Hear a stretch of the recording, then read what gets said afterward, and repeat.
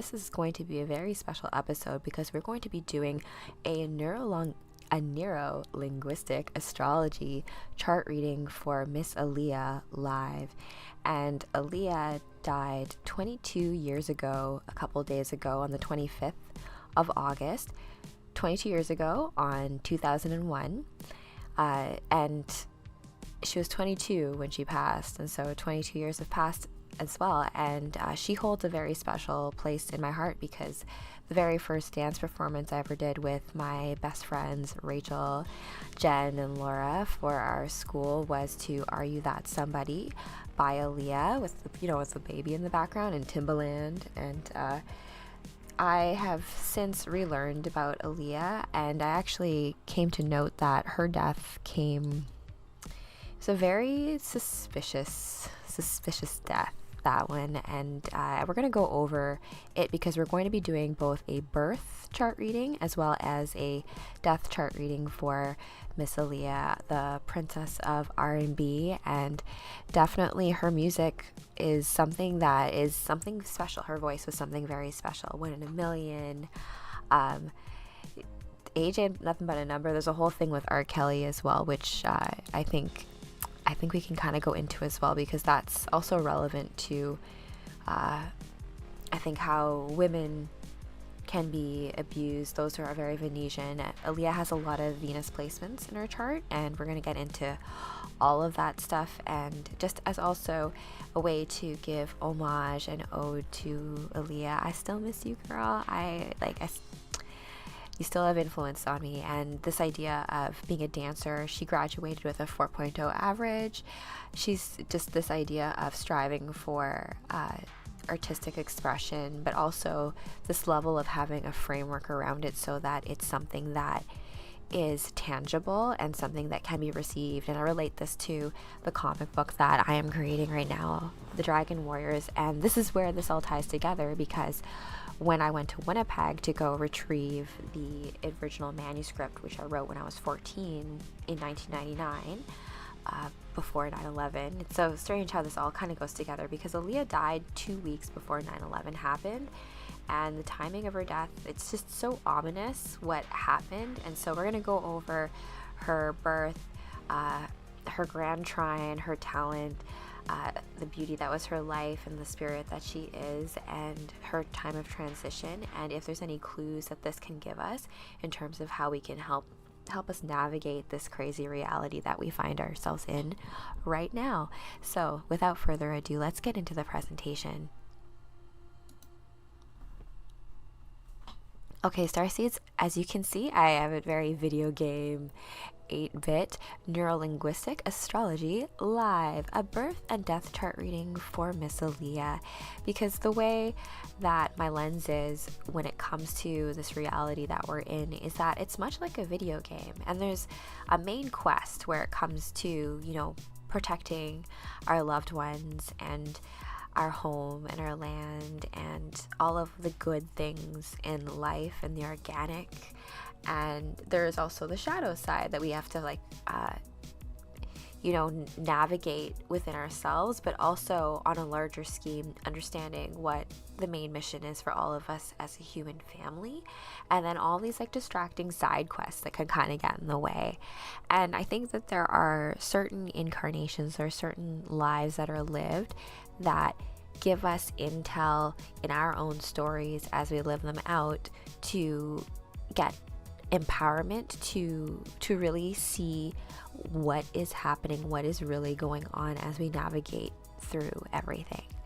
So let's get into each of the readings. I find that astrology is a great way. I was teased Kevin, it's like, I'm Miss Cleo for your free reading, but it's not like that. It's more like looking at the stars and the clues that those stars and those planetary bodies that those luminaries give you to navigate where we are in space-time and where we are in the grand opera, where we are in the story. So that's really how I look at astrology, the stories behind the sacred stories of the stars.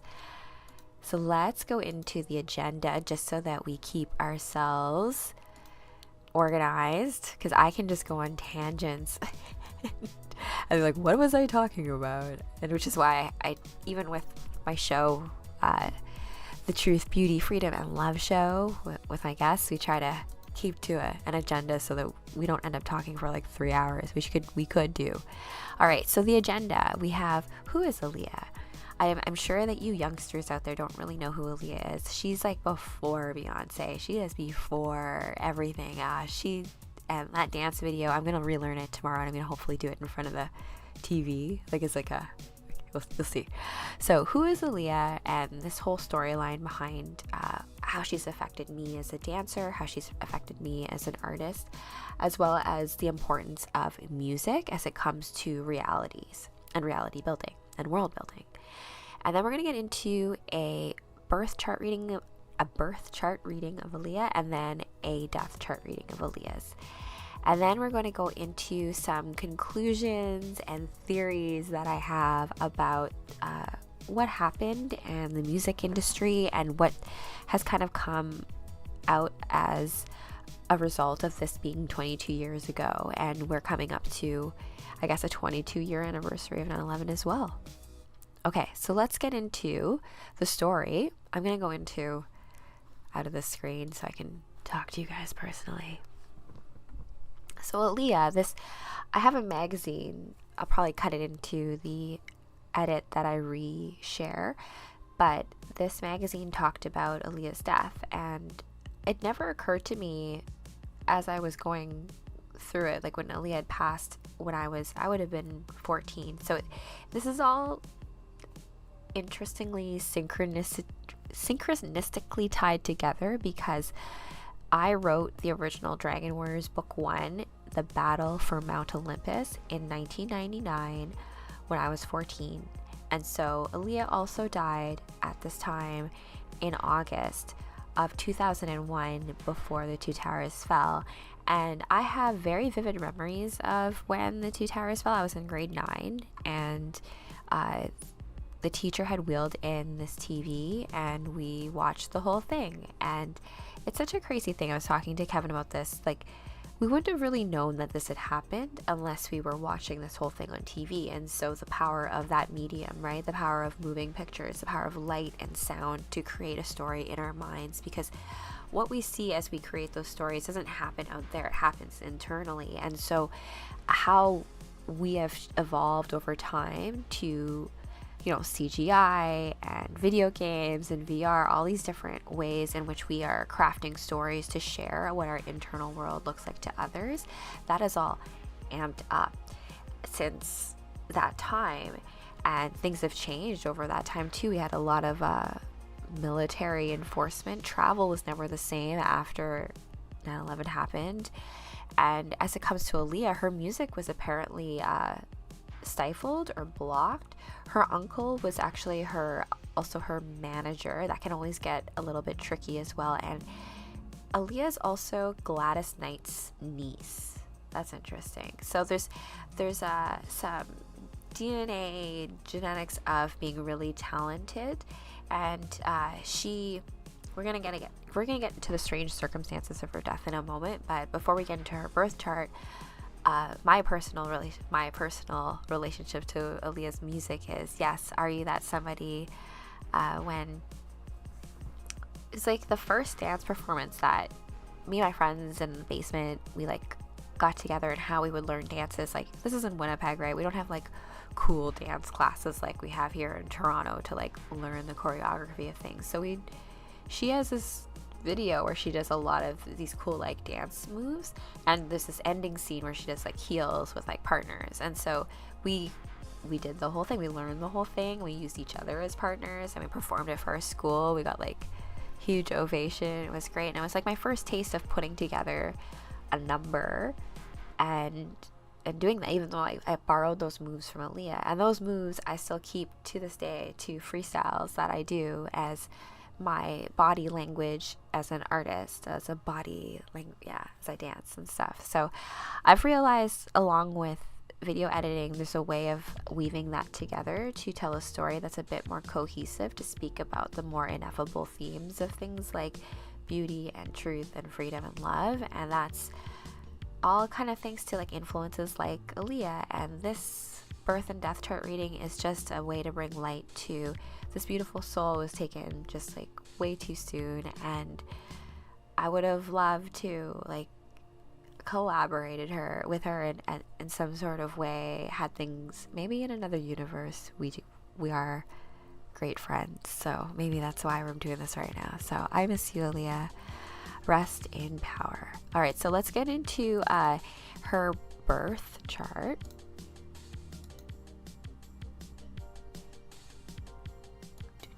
Okay. I'm trying this new way of doing the presentation, which keeps the animations, but sometimes it complicates things. Okay, guys. So, Aaliyah's birth chart. She was born on January 16th of 1979 at 8:43 a.m. in Brooklyn, New York. So if we take a look at her chart right here, she is a Capricorn, and she graduated with a 4.0 GPA. She was super smart, so you wouldn't think that from being, being really pretty. And she started her music career when she was like 14. But there's all this crazy stuff with her and R. Kelly, which is super suspect. And I think that she was probably in a very abusive relationship with him, and she's very classy. She never spoke about it, but we're going to look at that as well, I think, in the post edit, just about what she probably had gone through in her life, even though she was very talented and she was poised to become this huge superstar. To me, she was already a huge superstar, but to some, she was still like a bit unknown. She's like the R&B princess, and I haven't listened to R&B in a very long time. I'll listen to the old school stuff. So yes, her sun right here in Capricorn, and Capricorn comes with it hustle. And as I said, 4.0 GPA, super smart, willing to do whatever it takes. She works really hard at what she does. As well, she also has other things going on in Capricorn. She's got Mars, which is drive and force and power, also in the same sign as her sun. I have a similar placement, except in the sign of Taurus, where it's like your first your captain, which is like your sun, and then your first general, which is Mars, in the same area of energy. And so that comes with it, you being able to express the elements of that sign a bit more. So in Capricorn, that's of course her drive and her ability to push forward is also elevated. Now there's also I'll get into that in just a moment with R. Kelly, but with Mercury here as well, communication being there, so a real ease in being able to communicate what her soul purpose is. So singing and being able to delve what her persona is through music, definitely something that she's kind of meant here to do. So also things to kind of look at here, we've got her moon is in Virgo, and so Virgo moons, my sister's a Virgo moon, perfectionist. Also very neat and tidy, like you really know how to get ish done. And also in Virgo we have Saturn, so there is a moon Saturn conjunction. We'll get to what that means a bit more in just a moment. We also have the North Node here, which is destiny in the sign of Virgo. So this comes here with the North Node and Saturn, a bit of a karmic, oh my gosh, sorry, listenfully. We have a bit of a karmic relationship here. So the idea of your destiny, and then Saturn as this idea of karma and past debt, and something that's going to have to, like, there's a bit of like ominousness to this here. And Aaliyah actually had a dream. I need to find this video, but it was apparently on some German TV show. She had a dream before she died, essentially, about her being chased by someone, almost having like some sort of shadowy being like behind her in a dream, and then she felt like she was able to like fly free. So take that as you will in terms of dream interpretation. The idea that she's being followed really intrigues me, because if we look at her chart here, she had a grand trine in earth signs. So a Chiron, let's see here. Yeah, because Taurus, if we count Chiron in the Grand Trine, so like we have that in Taurus, then of course Capricorn we have Mars and Mercury and the Sun, and then where's my other Virgo? Yes, the Moon. So Moon, Sun, Chiron, all in Earth signs, creating a Grand Trine. Grand Trines typically are known as talent trines, and so from this perspective, yes, she was very talented, and we think of like Earth Mama stuff. If we think of the fact that we're in Virgo season right now, this is very accented, this Earth energy, Earth Mama energy. And in my psychedelic experiences, I feel like all women have a natural connection to Earth Mama energy.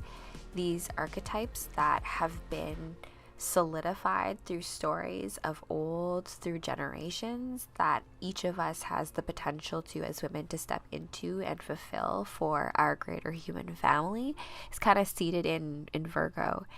And also Newt, I saw that Robert Phoenix, one of my astrologers that I watch, was talking about the Black Madonna and that whole idea. And I have my own frame or my own NLP about Black Madonna, because when I had my first DMT experience with Kavit, I saw Nut, the Egyptian goddess of the night, say to kill all my idols. And I didn't really understand what that meant until, I don't know, years later, until now really, and how we have a lot of false idols that, you know, as human beings, I did this a lot, right? Like when I would do any kind of stage performance, I would try to embody someone else's performance that I liked. So then I'm like, okay, that's like my way of borrowing it, instead of kind of like looking inward and choosing from. And that's where I kind of go when I freestyle dance now. Like I reach out to all the other Rachels and all the other dimensions and pull that through, or like Supergirl, or any of these fun archetypes that I've been so blessed to be able to have their stories, because since I was 3, my dad read me a book before bed, and I have all of those stories in me and my imagination, and that's what's helping to fuel the Dragon Warriors. And Aaliyah, she did the movie Romeo Must Die with DMX, and DMX RIP as well. It's also gone. They played brother and sister, and Jet Li falls in love with Aaliyah, and it's time to die, Romeo. That's the only reason why it's called Romeo Must Die. But that was her first debut, and then her next movie was, of course, I think it's Queen Akasha in Queen of the Damned. And this is controversial, right? Because she died after this movie, and the movie had not been released yet. And it's a very, it's a dark movie, and it wasn't well received by critics.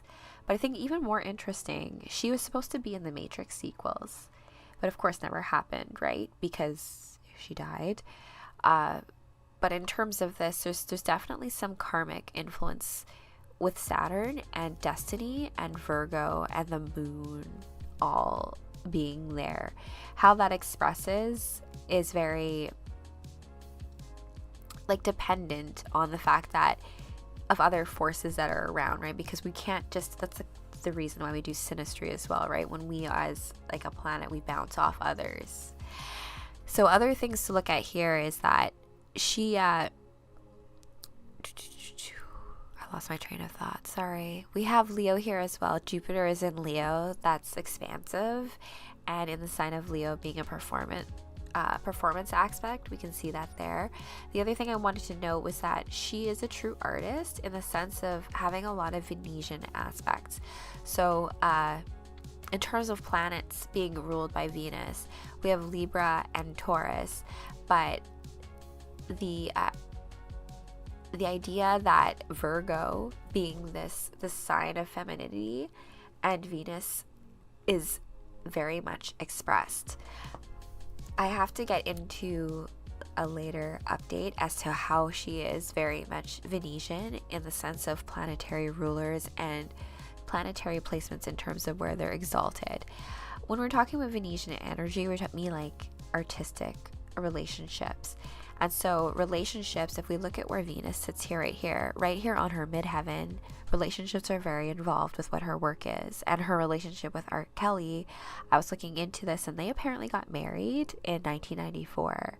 Like the secret marriage, there was forged documents so that, because she would have been 15 at the time, and there were documents forged to pretend she was 18 so she could marry R. Kelly. There was also rumors that she was actually pregnant in this, so they had a sexual relationship when she was underage. And this is like no surprise now considering all the stuff that has come out about R. Kelly, but I think that this is more intertwined with it because it's not like R. Kelly wanted to marry any of these other girls, and of course she was very talented. So the strange, like, where work is intertwined with relationships and how she sees herself. And she never even talked about her relationship with R. Kelly. The only thing that Damon Dash, her fiance who survived her, has said is that she said he was a bad dude. Some bad stuff happened. I have a bad feeling about like what happened in that relationship and how the power, like what she must have gone through, having her career tied to that, to R. Kelly, and then the fact that her manager was the one who hooked that all up. So there's all these strange power dynamics in terms of men in her life that subvert like her real dreams of just wanting to perform, just wanting to act, just wanting to like live out her dreams, which is all tied up here in, you know, her relationships with like Neptune ruling dreams being there. Let's see here, other things to note.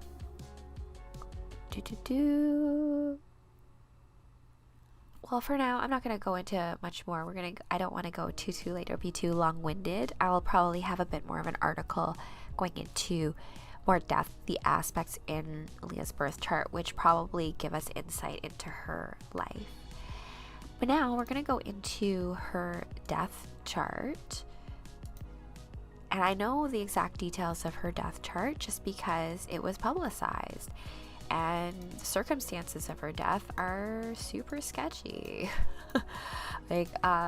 So she died on August 25th, 2001, 6:50 p.m. It would be 6:51 p.m. ish, around that. I will get into why in just a moment.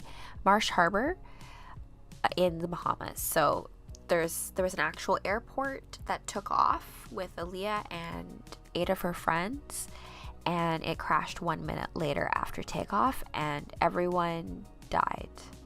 There were 2 that died in the hospital, but Aaliyah had apparently died instantaneously of a head injury, and they went into detail about how she had a weak heart, and I don't know why that was the focus of those news stories. But for now, let's take a look at the angles and clues that we can find from her time of death.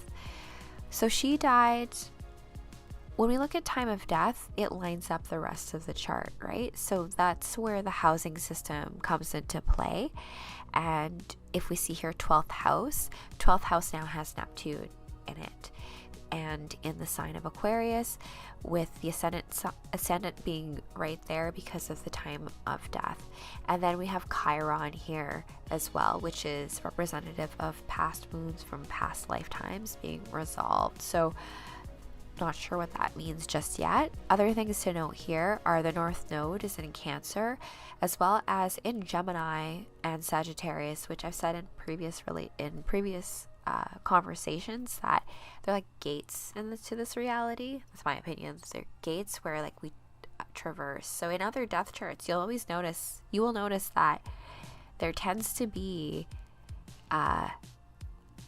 activity in Gemini or in Sagittarius around times of death. And you can see right here, look at this cusp.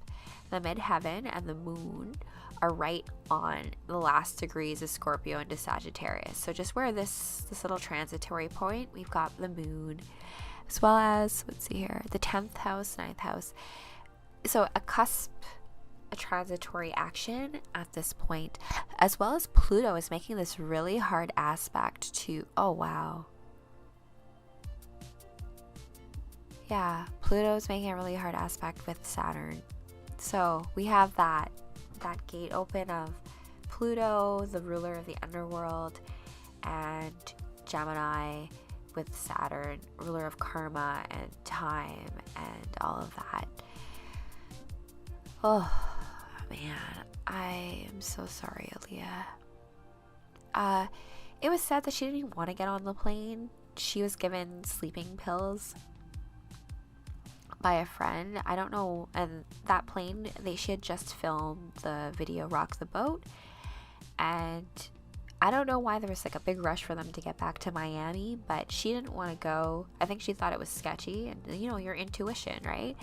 And someone gave her sleeping pills and she wasn't even awake when this whole thing happened, which makes me feel horrible. And my big hope with this story is that there's peace that she can find as she is free from this world where, as much as she was talented and was able to like sing and dance, it's also like this cloud of like what R. Kelly was like tied up with her career. So I bet she probably felt a little bit trapped in the sense of, you know, the music industry, what this does to young women, what you have to do. I know this from experience. Like, you feel like your own beauty isn't yours, that you don't have any say in how that gets presented, but you do, right? And I'm trying to create something now that, like, for women to have something where like you have more power over what your image is. And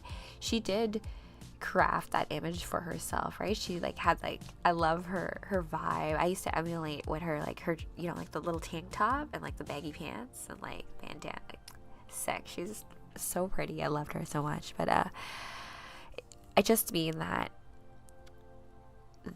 that industry is so sketchy. And I was reading this. I'll switch back to this screen. I was reading this, the Multiversity, gift for my sister, and in it there's a boat that all of the heroes, because the multiverse is under attack, and so the main guy, Superman's black in this actually, but one of them, there's 52, so one of them is so each one of them, and there's also Sea Queen, which is like Aqua Woman kind of, so like different realities have all come together. But they take this boat, and this boat is actually made of frozen music. And so how they actually get to the different realities is different pitches and different keys, all part of the same song. And so if we think about that music and how it's related to the multiverse, and me and Kevin watching oh my gosh, I'm gonna end this stream very soon because my body's like, oh my gosh, you need to get some tea and I'm gonna go to bed. But I'll end it with this, that music's very important to the way that this reality functions. And even in Promethea, this idea that there's just different densities and different notes, and if we think of like a record, and how there's all these different songs that are on the same album, and like what track you're on and what song you're on is going to be different, but you're all part of the same thing too, right? So there can be bleed through within it, but ultimately each track is supposed to be its own track. We talk about this even with our cells, like each cell, you know, your heart cell, your eye cell, everything's supposed to be doing what it's supposed to be doing, because the functionality of the whole depends on everyone doing what we are meant to be doing. And Aaliyah was meant to be doing what she was doing. Unfortunately, there always tends to be this thing, this like darkness, this shadow of trying to control it, instead of us having the confidence within ourselves to see where it takes us and having the organic collaboration with other beings so that we can make it a real thing. And I feel like, let's see here if this actually, oh yes, I have a conclusion.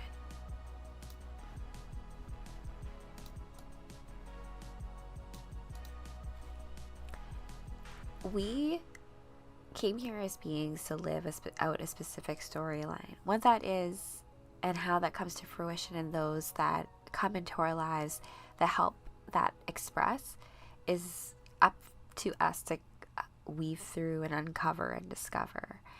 And this is why I call my flavor of astrology neurolinguistic astrology, because it's about the stories that we tell ourselves, and we build our own NLP through movies, through books, through comic books, through these images of light and sound, which we use to power our own imagination, and our imagination in turn fuels creativity and creates as well, and it becomes this beautiful torus of creation.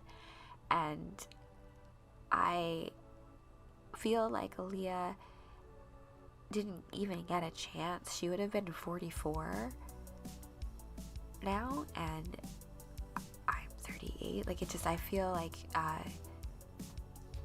in another world right now. Like, her music's everywhere, and I feel like as I work on my movie, which is like kind of a musical as well, I'm going to incorporate some of her songs as a way to elevate it. And of course, like, yes, we're gonna have like copyright things that we're gonna have to fight and deal with, but that's part of working through what the new is, because like, what is copyright, and like, who gets to own creation, and what are the parameters around that? And I think as we look at even the writer's strike right now, like, all of that's really being relooked at. And hey, I'm all here for it. I don't have the answers necessarily, but we can look to the cosmos for clues, and that is really what I think astrology is really good for. So with that, Starseeds, I hope you enjoyed this evening's presentation of the birth and death chart reading for Miss Aaliyah, the Princess of R&B. Rest in power, my sweet girl.